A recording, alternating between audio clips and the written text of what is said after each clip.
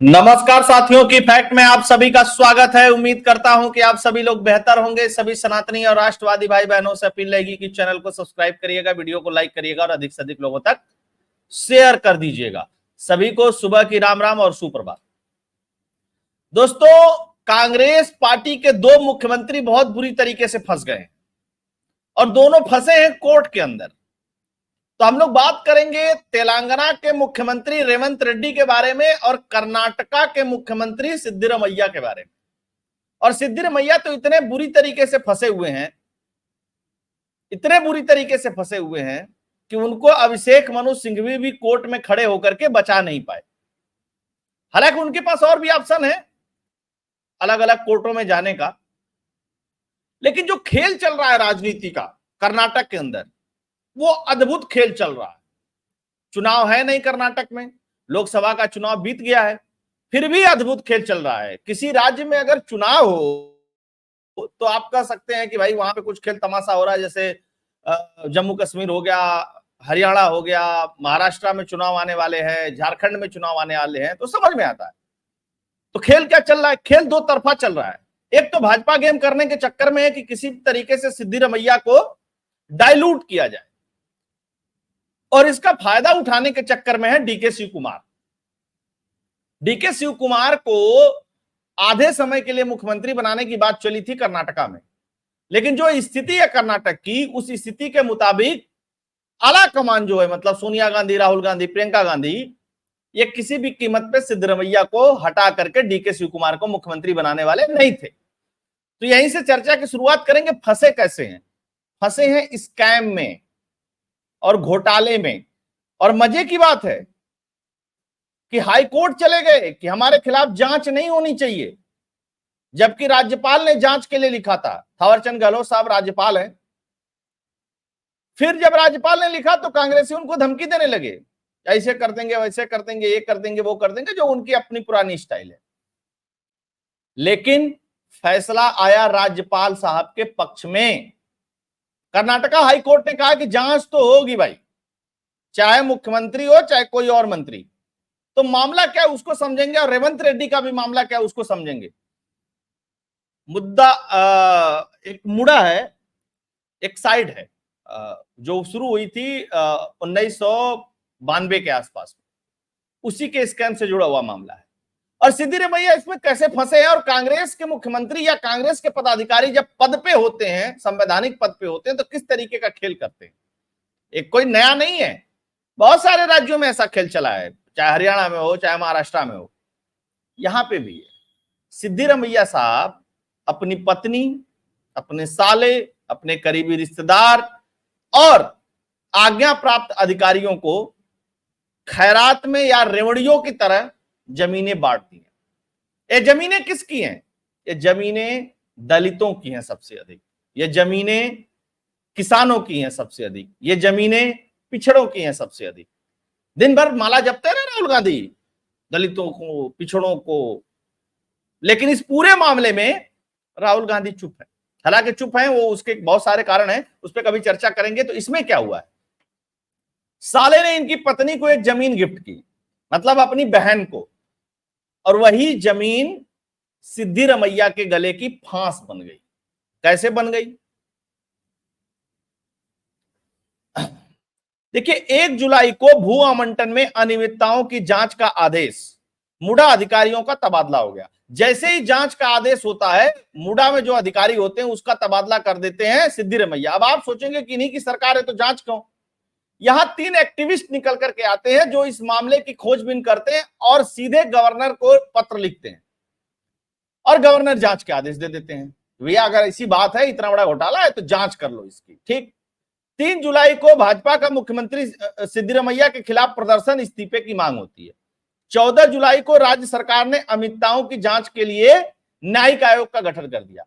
अधिकारी हटा देते हैं, फिर न्यायिक आयोग का गठन कर देते हैं, क्योंकि आंदोलन तेज कर दिया था भाजपा ने। अच्छा, 26 जुलाई को आरटीआई कार्यकर्ताओं की शिकायत पर राज्यपाल का सीएम को कारण बताओ नोटिस जारी होता है। 17 अगस्त को राज्यपाल ने मुख्यमंत्री के खिलाफ मुकदमा चलाने की मंजूरी दे दी।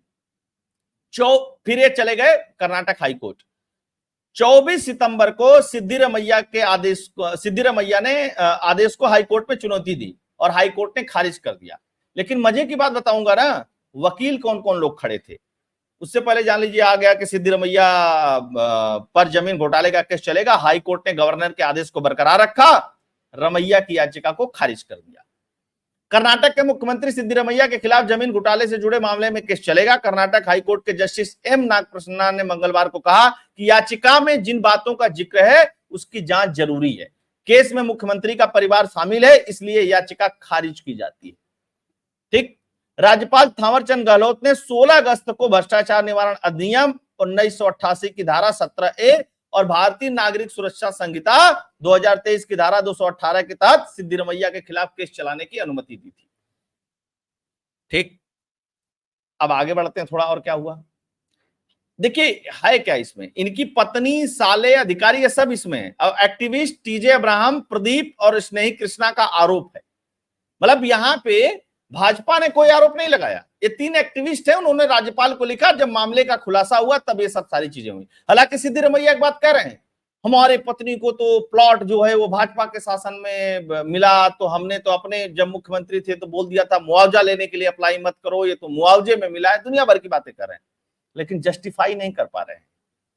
एक तो सबसे बड़ा मामला है कि भाई बहन को यह जमीन गिफ्ट करता है, तो गिफ्ट के बदले क्या लेता है उस बात का भी खुलासा होना चाहिए। तो मामला एसआईटी जांच तक ही नहीं जाएगा, यह मामला जाना चाहिए सीबीआई जांच तक, तभी इसमें दूध का दूध और पानी का पानी होगा। खैर, सिद्धिरमैया की ओर से अभिषेक मनु सिंघवी, प्रोफेसर रवि वर्मा कोर्ट में पेश हुए। राज्यपाल की ओर से सॉलिसिटर जनरल तुषार मेहता ने पैरवी की। राज्य सरकार के भी अधिवक्ता थे, इसके अलावा जो एक्टिविस्ट है उनकी तरफ से भी अधिवक्ता थे। एक बात समझ में आई आप लोगों को, अभिषेक मनु सिंघवी किसी भी हाई कोर्ट में कोई केस नहीं जीत पाते हैं, जबकि इतने बड़े वरिष्ठर हैं, मतलब इतने बड़े हैं कि पूछिए मत। केजरीवाल का केस ले लीजिए, दिल्ली हाई कोर्ट में ठाठा फिस हो गए, सुप्रीम कोर्ट में ही जाके जमानत मिली।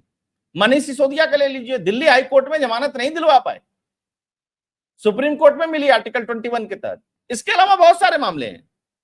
आखिर में अभिषेक मनु सिंघवी साहब किस तरीके के वकील हैं कि इस देश की हाई कोर्टें उनके वकालत को नहीं समझ पाती हैं, सिर्फ सुप्रीम कोर्ट समझता है।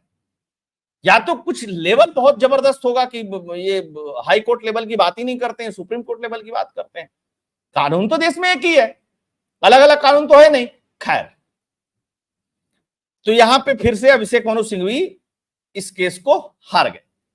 अब केस क्या है एग्जैक्ट वो बताता हूं। जो मुड़ा है 1992 में अर्बन डेवलपमेंट संस्थान मैसूर अर्बन डेवलपमेंट अथॉरिटी ने कुछ जमीन रिहायशी इलाकों में विकसित करने के लिए किसानों से ली थी।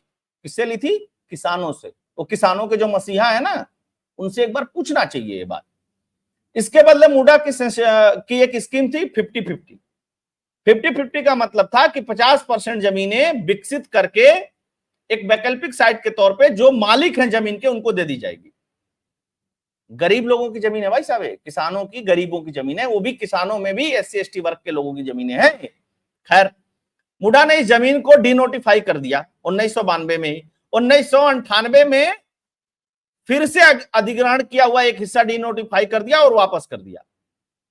यानी कि जमीन एक बार फिर से कृषि, मतलब पहले कृषि योग्य थी तो उसको डिनोटिफाई किया तो आवासीय हो गई, फिर उसको डिनोटिफाई किया तो फिर कृषि योग्य हो गई। कुछ जमीनें इसकी 3 एकड़ जमीन से जुड़ा हुआ मामला है मुडा घोटाला।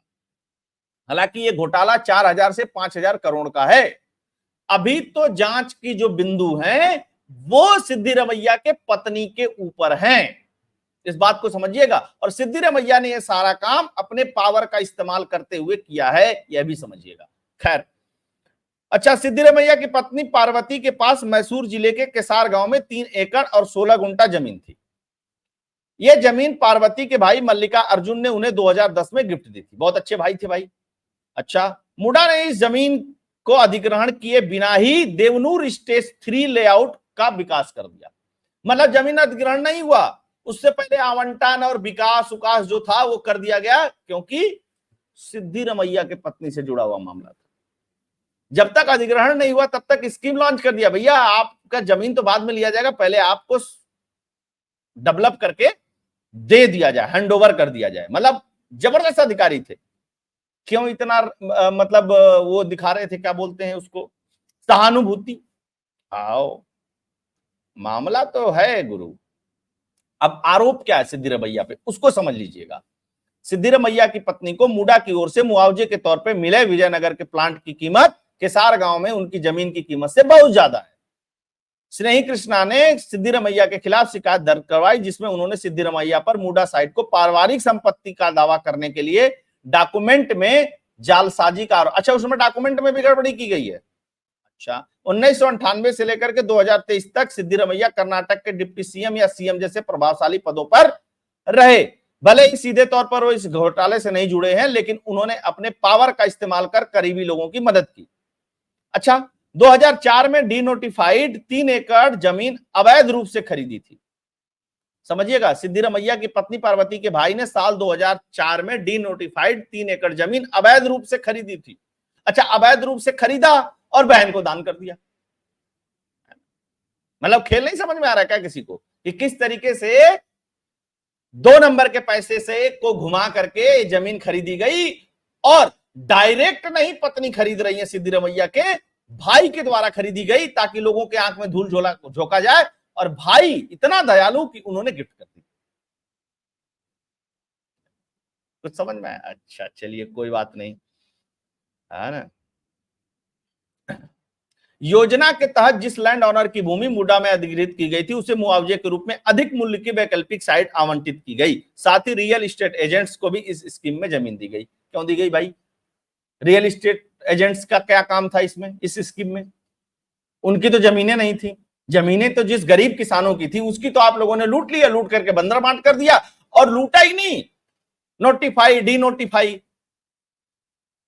क्योंकि आपको किसानों को साइट डेवलप करके नहीं देना था, आपको नेताओं के रिश्तेदारों को साइट डेवलप करके देना था। जब किसान मांगने लगे कि हमारा डेवलप करके दो, तो उन किसानों की जमीनों को डी नोटिफाई करके कह दिया गया कि अब एक कृषि योग्य भूमि है। गजब खेल है भाई। भूमि आवंटन घोटाला, एक आरटीआई एक्टिविस्ट ने कहते हुए कहा कि पिछले 4 वर्षों में 50-50 योजना के तहत 6000 से अधिक साइटें आवंटित की गई हैं। भाजपा सांसद और प्रवक्ता संबित पात्रा ने कहा कि 3 से 4 हजार करोड़ रुपए का घोटाला है, जिसमें सिद्धिरमैया का परिवार शामिल है। कांग्रेस इस पर चुप्पी साधे हुए है, राज्यपाल ने जांच के आदेश दिए हैं, उनका शुक्रिया। अब आप खुद निर्णय करिए। एक बात और बता दूं कि राज्य सरकार के ही लोग जांच कर रहे थे, और जांच कर रहे थे राज्य सरकार के लोग, और जिनके अंतर्गत ये डिपार्टमेंट आता है उनका सिद्धिरमैया से नहीं जमता, उनका डीके शिव कुमार से जमता है। तो उधर वाले भी तो चाह रहे हैं कि भैया इनको ऐसे मामले में फंसाओ भ्रष्टाचार के, कि जल्दी से कुर्सी खाली करें। भाजपा अपने जुगाड़ में है कि भैया कैसे इनको डाइल्यूट करो, क्योंकि अगला चुनाव आते आते स्थितियां अपने अनुकूल बन जाए। लेकिन उससे बड़ा खेल तो डीके शिव कुमार खेल रहे हैं। हालांकि डीके शिव कुमार मीडिया में उन्होंने कहा बहुत बढ़िया मुख्यमंत्री जी काम कर रहे हैं, सब भाजपा ने फर्जी वर्जी आरोप लगा दिया। खैर, ये बात सिद्धिरमैया को भी समझ में आ रही है। कहते हैं ना कि जब आदमी कमजोर होता है, उसी समय सबसे अधिक प्रबल संभावना बनती है उससे बदला लेने के लिए। तो इस समय सिद्धिरमैया कमजोर है और डीके शिव कुमार मजबूती से पीछे लगे हुए हैं। खैर, अब आगे बढ़ते हैं। एक और मतलब, जिसे आप एक बात जानिए ना, कांग्रेस के लिए कोई राज्य जीतने का मतलब होता है एटीएम। ये मैं नहीं कह रहा हूं, ये तमाम मीडिया में छपता रहता है। जैसे छत्तीसगढ़ में मुख्यमंत्री थे तो भूपेश बघेल, राजस्थान में मुख्यमंत्री थे तो गहलोत साहब, ये लोग एटीएम हुआ करते थे कांग्रेस के। भाई केंद्र में सरकार है नहीं, तो राज्यों में पैसा वैसा आता था इन लोगों से, और ये लोग चुनाव में पार्टिसिपेट करते थे। तब 2 राज्य है, तेलंगाना एक तरफ और एक तरफ कर्नाटका। तो दोनों राज्य अभी यही एटीएम बचे हुए हैं। हिमाचल की तो स्थिति जान ही रहे हैं आप, उनको तो सैलरी देने के पैसे नहीं है, तो राहुल गांधी क्या पैसे देंगे। खैर, कांग्रेस के एक और मुख्यमंत्री पर लटकी अदालती तलवार, नोट फॉर वोट केस में कोर्ट ने किया तलब। अब ये 31 मई 2015 का मामला है। एबीसी जो थी उसने विधान परिषद चुनाव में भ्रष्टाचार को लेकर के एक केस दर्ज किया, जिसमें जो वर्तमान मुख्यमंत्री हैं रेवंत रेड्डी, ये गिरफ्तार भी हुए थे। अब ये मामला जो है, गिरफ्तार तो हुए थे, ईडी के पास भी 2021 में आ गया, क्योंकि 50 लाख रुपया लिए थे ये चुनाव जिताने के लिए। और ये बार बार नोटिस के बाद भी अदालत का नोटिस है, इस बात को समझिएगा। फिर ये न कह देना कि कोई अरे मोदी ईडी और तोता वाली कहानी कुछ ना। अदालत ने नोटिस दिया है कि भैया आप मुख्यमंत्री हो चाहे कोई भी हो, आइए हाजिर होइए और अपना पक्ष रखिए। अरे भाई साहब भागे भागे फिर रहे हैं। अब मामला तो डिस्ट्रिक्ट कोर्ट में है और डिस्ट्रिक्ट कोर्ट मुख्यमंत्री को तलब कर ले रही है।